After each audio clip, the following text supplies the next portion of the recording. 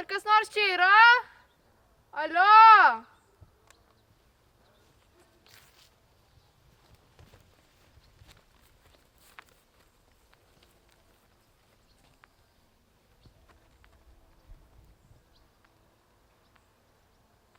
Atsiprašau, ponė. Gal žinot, kaip grįžti į trasą su vėliavėlėm? Какой трасса? Aš nieko nežinau. Palik mane ramybėj. Bet žiūrėkit, aš turiu žemėlapį.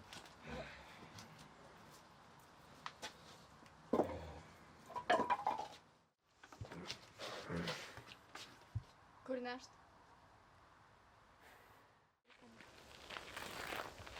Aišku, čia vištų nebuvo.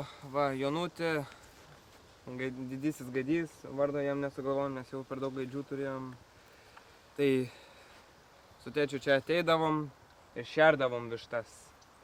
Bet va, pamiršau ką pridėti, kad mes labai mėgdavom su jom šnekėti. Aleksandrai! O, būdavo geri laikai. Būdavo gražesnis oras tuo metu. Bet jau čia nieko nejausdavo, būdavau mažas. Tos vištos gyveno čia ilgai, išskyrus tos juodos. Bet tada vieną kartą su tėčiu mes išėjom žvejybai, kai grįžom radom labai storą kažkodėl lapę vidury su daug plunksnų aplink ją. Niekada nesiaiškinu, bet jaučiu. Man tėtis po kiek laiko mirė, tai nespėjau paklausti, kas atsitiko, bet mano spėlionės vištos pabėgo, įsigando lapės. Jo, tai va šitaip reikia mėtyti maistą. Tai tu.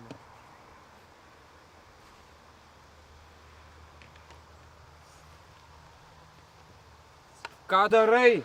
Pirmą mano laiką gaišinėjau, dabar dar ir mano vištas gazdini.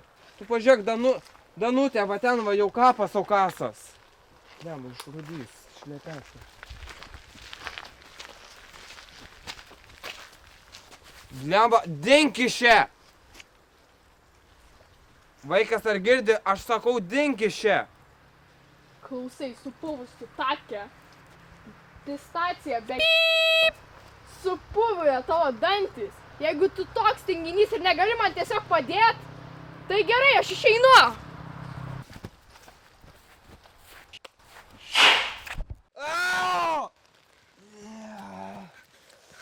Ar viskas gerai? O, niekas šviesu, ar aš jau rojui? O, va.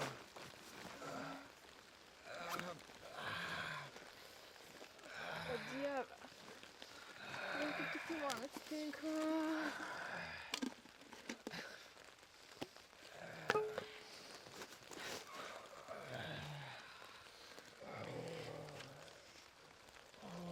Neišbėk.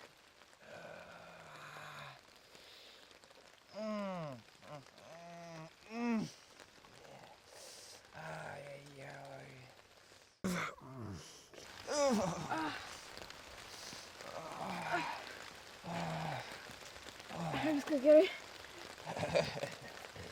Angelas, ko tokia nelaiminga? Ko be šypsenos? Tai ko čia angelas? Ir...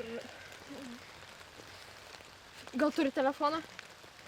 Žiūri labas kaudikas, devolė. Skrisi? Nu, aš pėsčiom, bet aš nežinau, kaip išeiti iš šito sodo. Prie mano trobelės turėtų būti tvorelis. Oi, senas geras trobelės. Nu, žinai, kad nereikėtų lipti per tvorą.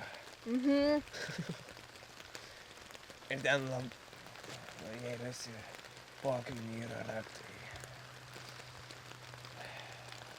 O akmuo turėtų tam čiūriui būti prie durelio. Okei.